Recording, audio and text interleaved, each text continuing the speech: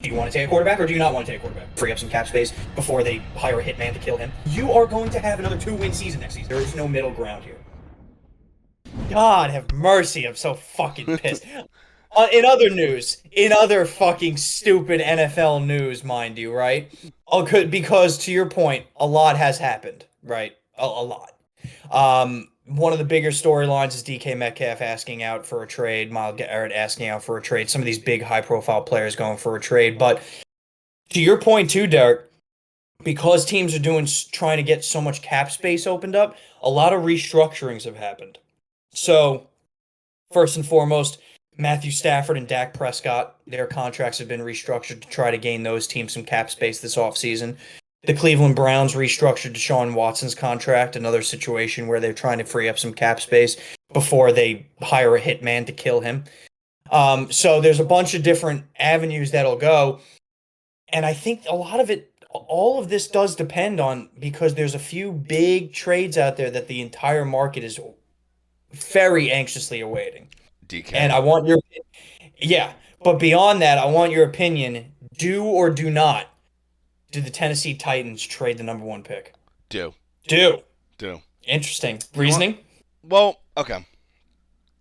I could, because how I see it is this, is that they, in my eyes, were looking at that roster. Obviously, they have Will Levis. He is young. He did have a bad year. I would keep him for this year. Keep him. Not draft a quarterback.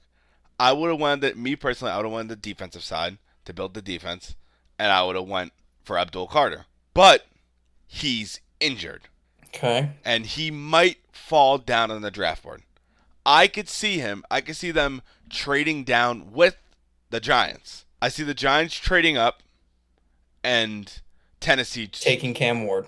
Yes. Yeah. So I think, and you could honestly get, obviously, the first pick's very valuable, and the Giants would give a night, not it because you guys are the third pick, correct me if I'm wrong? Yeah. Yep. So you guys won't give up a lot. We'll give up a good amount towards a good trade to where you're just switching two spots, and you can still get Abdul Carter for less money. Yeah. No, look, I get it, right? I do get the premise, and especially because the Giants are one of those teams that is definitely looking to trade up, at least from what we've heard in the reports. And you would be leapfrogging Cleveland, who most definitely will be taking a quarterback, whoever it may be, whether it's Shador or Cam Ward. I think from the Tennessee Titans perspective, it's pretty simple. Do you want to take a quarterback or do you not want to take a quarterback? If you want to take a quarterback, if your eyes are set on Cam Ward, you do not trade this pick for a million years, right? That's just the fact of it. If you are set, to your point, on taking a defensive player, whether it's Travis Hunter or Carter, you should trade back. Gain some more assets, whether it's another second-round pick, maybe it's a future first-round pick because it is the number one overalls, who knows?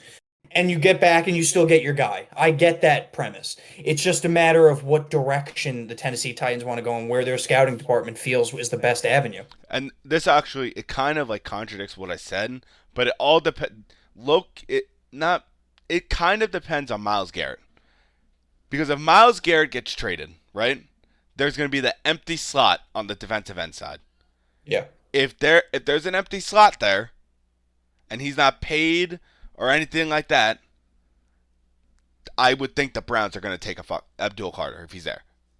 I would think, right? It's a tough position for the Browns because if you don't take a quarterback, it doesn't even matter if your quarterback sits out a full year to learn, right? And to just sit on the bench. That's fine. But if you don't take a quarterback, you are going to have another 2-win season next season. Yeah. That's just the reality of it. You can't go into the year with Dorian Thompson as your number one. Yeah. You just can't.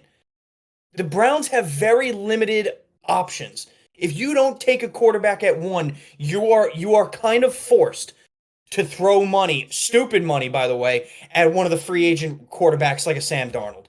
Yeah.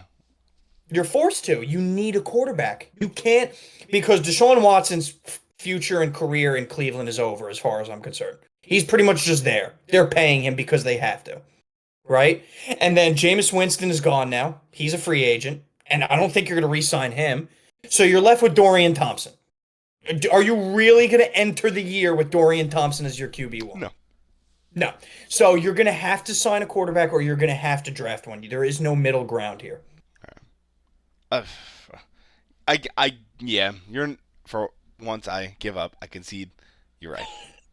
I'm just I'm just saying and on top of that, I don't think it would matter as much if Miles Garrett gets signed or gets traded for Abdul Carter. You know what Carter is. He's a stud. Sure, he's injured right now, but he's young. He's going to be fine. He's a stud. He's supposed to be that good. So I don't think it matters what Garrett does because even if you're going to go that direction and sign a quarterback, what's the worst thing that could happen? You pair Carter with Garrett. I think that's pretty sexy too. Yeah. Yeah. So it's just a matter with the Browns. It's the simple fact is you got to decide where you want to go quarterback wise. Yeah. If I honestly, if they get their quarterback situation handled before everything, then potentially thinking Abdul Carter. But I don't think they're going to do that. But this is a massive question because I've seen a lot of mock drafts,